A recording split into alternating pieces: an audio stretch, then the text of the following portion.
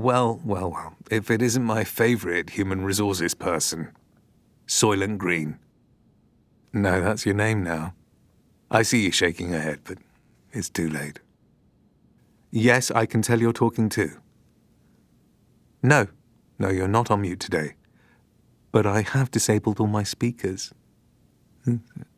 There's a funny story about that. If you want to say something, type in the chat window thingy. I mean, it's your job to provide pastoral support to the staff at the Department of Experimental Oversight. So honestly, it's fine. It's fine if you just sit there and listen as I tell you about my week. Besides, sound can't be trusted. Look at that confused little face you're making. It'd be adorable if it didn't look like a bulldog chewing a wasp. Did you never stop to think about how we manipulate the world with sound? Animals and humans literally rub bits of meat and sinew together inside their bodies to transmit sound codes through the air to each other. And if we're hearing animals, then we translate those previously agreed codes into objects, feelings, and descriptions. Have you never thought that that was weird? We tell ourselves stories about sounds. And do you know where the legends of the sirens come from? Lithophones. Rocks that naturally produce sound when hit with a hand or smacked by waves. If you're a sailor and you can hear the siren song of the rocks, you're too close to them and you're going to run aground. Sounds as warnings, preserved as legends. The very definition of folklore. Sounds as danger. Now, there's an ancient necropolis in Malta that has a chamber called the Oracle Room. If you speak inside that chamber, the sound is manipulated by the walls to resonate at double the frequency.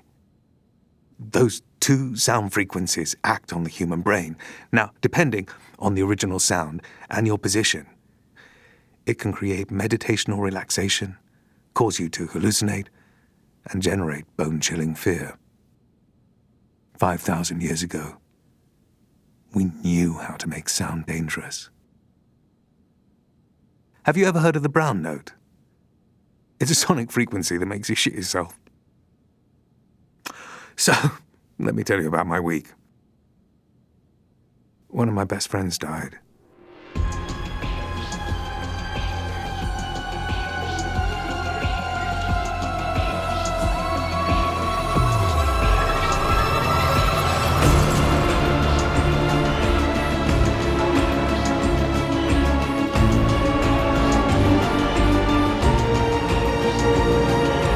The Bellport Theatre on the Air presents The Department of Midnight, created and written by Warren Ellis. Episode 103, Song to the Siren, starring James Callis and Adrianne Palicki. Olivia Sigson. I showed you one of her books last time we talked. Some years back, just before I decided to join the department, I saw her give a lecture. It changed my life. Her daughter, Jenny, called me on Monday to give me the news.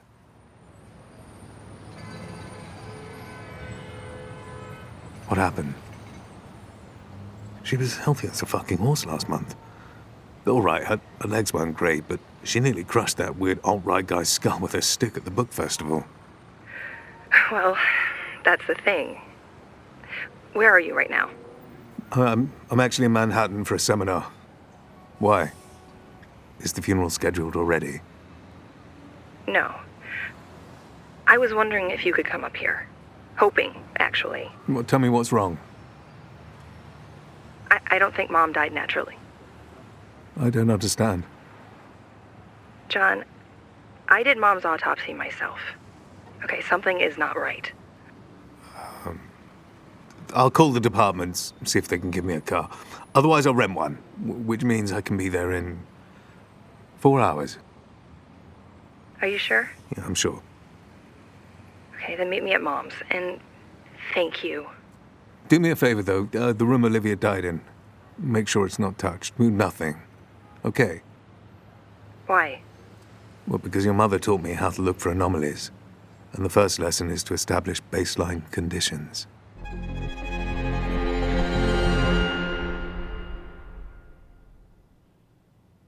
Olivia lived in Spook Road, New York. Its original name was Spookwegen, a Dutch word meaning ghost road.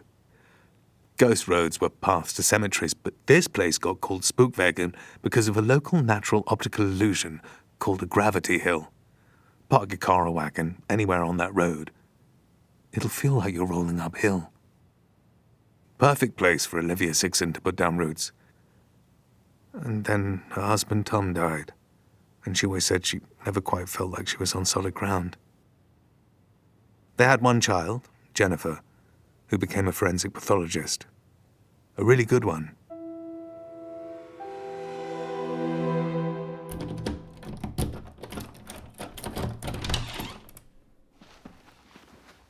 I would have thought there was a rule about doing your own mother's autopsy. Yeah, that's what the guy at the lab said. Yeah? What do you say to him? If he kept talking, he'd be next on the slab, and I'd do his autopsy while he was still alive. Fair enough. God, this whole place feels like it died with her. Yeah, there's something really unsettling about it now. Like, there's something in the walls. So, the autopsy. What did he find? It looked for all the world like part of her brain had melted. Where was she? In her office. Here.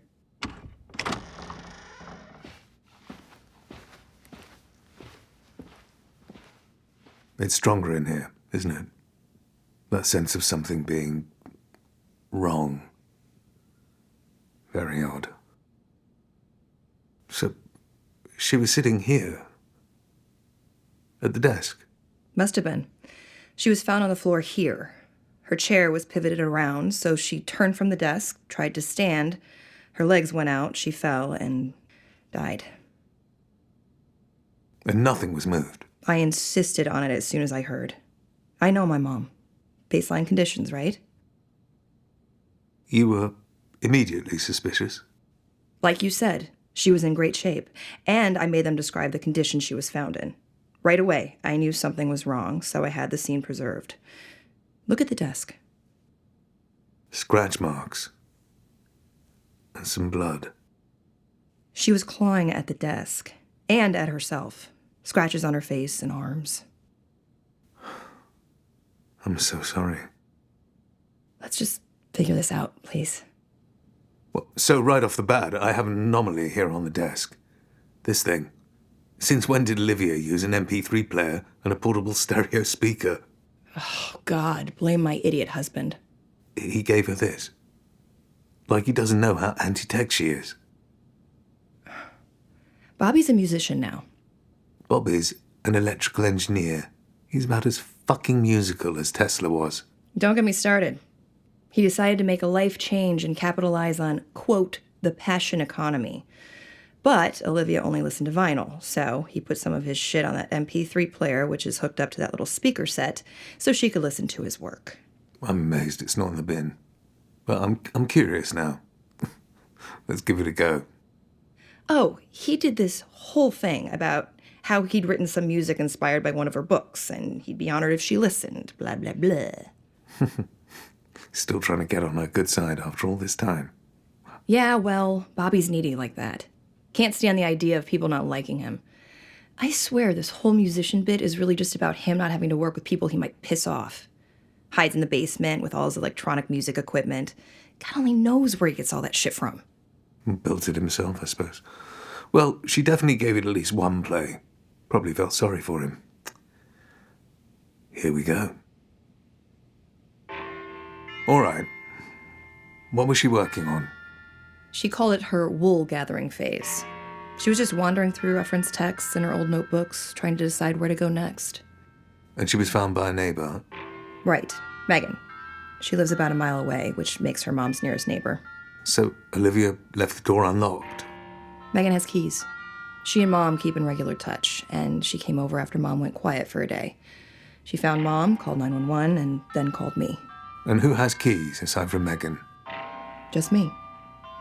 John, there was no forced entry, no traces of anyone aside from Mom here. It was just her and her books. And some terrible music. It reminds me of something. What is this tune? God knows. I don't think Bobby has an original bone in his body. He would have stolen it from somewhere. Are you two all right? Me and Bobby? I guess. Who knows? That's a stunning endorsement. Shut up. Oh, look. Here's Olivia's old crystal skull. Tell the skull the truth. Put it down, you'll break it. She bought this in a flea market in London 30 years ago. It's indestructible. Solid quality plastic. Is that what she told you? Yeah. What are you telling me? That this is a real pre-Columbian magical crystal skull? That's one of the very first crystal skulls, cut by a man called August Oberstein. They were all made in Germany in the 1800s. The family who originated them was weird. They turned into a cult, and by the 1980s, they were keeping their women underground. Mom was involved with breaking them out, and took that as a souvenir. But this was her desk paperweight. That was Mom. You know, I never understood why she liked me. She wanted to rescue you. Bullshit. She met you right after whatever happened at Wardenclyffe. You were a mess. Mom told me that someone needed to save you, and nobody else was stepping up, so she did. That's how she was. Okay, no pressure. She wanted to save me. She died alone in this room for no fucking reason in a way that resists any understanding. I can't figure it out. Look, I just thought maybe you could see something I didn't, before Mom turns into a medical mystery for the textbooks. I don't know. She might enjoy that. I wouldn't. I learned a love of the truth from Mom, not a love of mystery. Mysteries are truths encoded. Sounds like her. It was her. It's in The Devil and Cold Iron. It's up here on her shelf. I do love that she has like 4 feet of her own books at the top here. Oh. Is this tune on a loop? Maybe it's just an endless dirge. Yeah. Okay, she's sitting here, she's working because she was always working, but she hadn't settled on a subject yet, and this would be her recent mail in this tray here. What are you thinking? Basic bastards send anthrax and letters. People who know Olivia Sigson might send something more exotic in an envelope. Latex gloves. Pathologists never leave home without them. Are you going to check her mail? No. You are. Why me? John, my mother just died. Oh. Sorry. That almost worked on me. You're as bad as Olivia. Like Dad always said, I was more hers than his. And I don't have all her post-mortem blood work back, so her mail does need to be checked. I didn't think of that. I'm doing it. Can't you convince Bobby to take up, I don't know, gardening? Or Morris dancing or something? This sounds like someone running a sewing machine through a theremin. Hell, John, I don't know. He's in the basement making his sounds, or he's out talking to people about equipment and opportunities. And I have to travel for my job, and I work all hours. I don't see him enough to tell him he's pissing away his life. And I don't know how to say it without saying he's pissing away his life. Well, you learned how to do something better than most people can. Do that. What? Well, that's what Olivia said to me. Got me off my arse. God, she got some weird letters. Somebody even sent her a cassette tape. Maybe this is a letter from 1979. Cassettes came back. They what? Cassette tapes are hip now. Christ. You'd think working at the Department of Midnight would earn me a memo warning me about the end of the modern world. The what? It's what people call the Department of Experimental Oversight. And I bet that bugs the hell out of you. Bloody right it does. These all just look like letters. Regular correspondence from people who don't have computers and smartphones. Some fan mail. Nothing smells weird or... that bloody song's looping again. Maybe Bobby thought if he set it to play over and over again, Mom might eventually like it. Or just making sure she heard it all the way through at least once because he's apparently needy. It's actually got a name. What has? The music. It's displaying on the MP3 player. Sozmo Uvasarna. What does that mean? Rings a bell. So does the tune. Means nothing to me. So, there's no sense that any of those letters have been treated with anything. Not that I can see. But this is bugging me now. This track name, I feel like I've read about it before. In one of Olivia's books. Well, there's 4 feet of them over there. Needle in a haystack. But I've read them all. At least twice. Really? Really. It's just remembering which one. Can you turn it off? I'm getting a headache. Let me leave it on a while longer. It's jogging my memory. This is going to drive me insane unless I... I'm gonna sit down. Yeah. Sure. Maybe it's all just hitting me now. Yeah. Maybe even awake for a couple of days, traveling, taking care of things. Autopsy, labs, now here. I know how crispy things get around the edges during a crisis. Wardenclyffe? Among other things. Did Olivia tell you about it? Just bits and pieces. She didn't want to betray your confidence, but I know whatever happened to you there was bad. Not as bad as the things that happen to other people at Wardenclyffe. Ah! I've got it! Ringstone Round. Mysterious Sounds and Visions. Sounds like one of Mom's hits. Probably pay for you to go to college. Index. Southern Model of Sun. Bloody hell. You found it? It's the original title of Gloomy Sunday. That's the tune I could hear. The Hungarian suicide song. Tell me Mom made that up. No. More than 100 people killed themselves after listening to it within weeks of its original release in the 1930s. Back home, the BBC banned it from being played on the radio for 70 years. What? Bobby did a cover version of a tune that makes people kill themselves? God, I feel sick. Maybe you just like the melody. No, I mean, I actually feel nauseous. John? Sorry. My eyesight's blurring. I guess driving straight up here tired me out more than I thought. Maybe you should sit down. Maybe I should sit down, yeah. I can't sit in her chair. You've got the only other chair. Don't be dumb. Sit. I notice you didn't sit in her chair. There's something wrong in here, though, right? It's not just us and the day we've had. I feel... I don't know, itchy. Your nose is bleeding. Oh. Damn it. What? Shit, I need to turn this off. Oh. Shit! What? It doesn't turn off. I don't believe you. Let me see. I'm pressing the fucking button. The MP3 player doesn't turn off. I can barely see it. My eyes are tearing up. Actually, your eyes are bleeding. Oh my God. Is this how my mom died? I have to make this stop. Tell me my fucking husband didn't kill my mother with a piece of music. I get it now. It looped and looped until it was too late for her. Help me lift this. I told you, the crystal skull isn't magic. I know. Quick, before we fall down. Why is that happening? The underlying sonics are still resonating off the walls.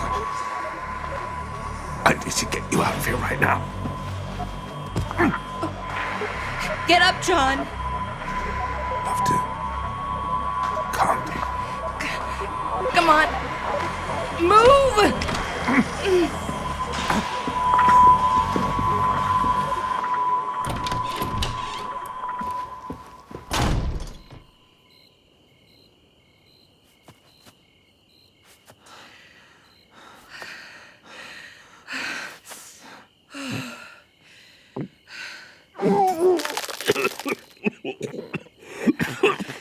Weak stomach. Weak stomach, my ass. I threw that a good 3 feet. Weak. You have to have a strong stomach to be a patho.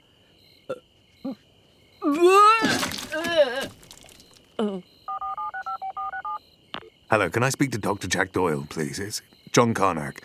Tell him I need his expertise on brains right this second. It turned out that Bobby had read Ringstone Round 2. It gave him the idea, placing weaponized sound inside his music, so people would respond to it, and it would make them feel things. Needy bastard that he was. He was also a very good electrical engineer, and he bought lots and lots of machines to make his sounds, so many that he got seriously into debt and got loans from leg breakers and, well, I'm sure you can guess what kind of spiral he got into. His only possible source of new funds, aside, of course, from getting a proper job, was Olivia dying and Jenny coming into her inheritance. So he made a sound weapon. The music from a suicide song, stuffed with sound frequencies that affect the human brain. I talked to Jack Doyle, and he told me about brain proteomics. The frequencies and resonances inside the music were enough to coagulate and break down proteins in the front of Olivia's brain.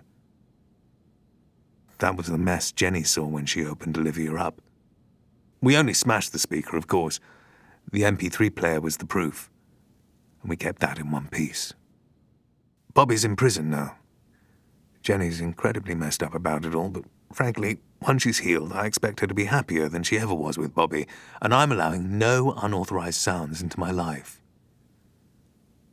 Do you understand why? Yeah, just nod.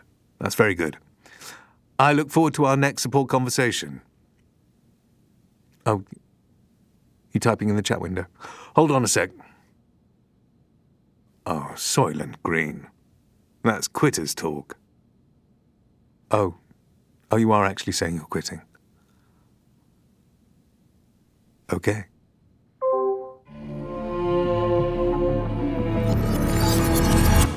Next time on The Department of Midnight. What the hell was that? You have to stop. Who the hell are you? Dr. John Carnack, Department of Experimental Oversight. The Department of Midnight has no right to... Wait, did you crash into my fucking car? Oh, is that your... I just got that fucking car. Look, you have to stop what you're doing. You don't know what's going to happen. Yeah, that's the point of an experiment. For God's sakes, man. You're going to raise the dead. The Department of Midnight is produced by Warren Ellis, Brian Gucciardo, Kevin and Diane Kolde, Fred Seibert. Main title and credit narration by Gildart Jackson. Casting and voice direction by Meredith Layne, CSA. Main title and score by Trey Toy. Dialogue editors Kevin and Diane Kolde. Recording coordinator Kathy Cavaiola. Dialogue recorded at Salami Studios. Lead dialogue mixer Mark Mercado. Assistant dialogue mixers Jonathan Bradley and Chris Story. Audio post-production provided by Salami Studios. Post-audio supervisor Peter DiRado.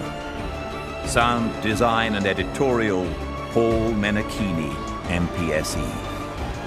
Re-recording mixer Sean Jacobson. The Department of Midnight is a production of the Bellport Theatre on the Air. All rights reserved.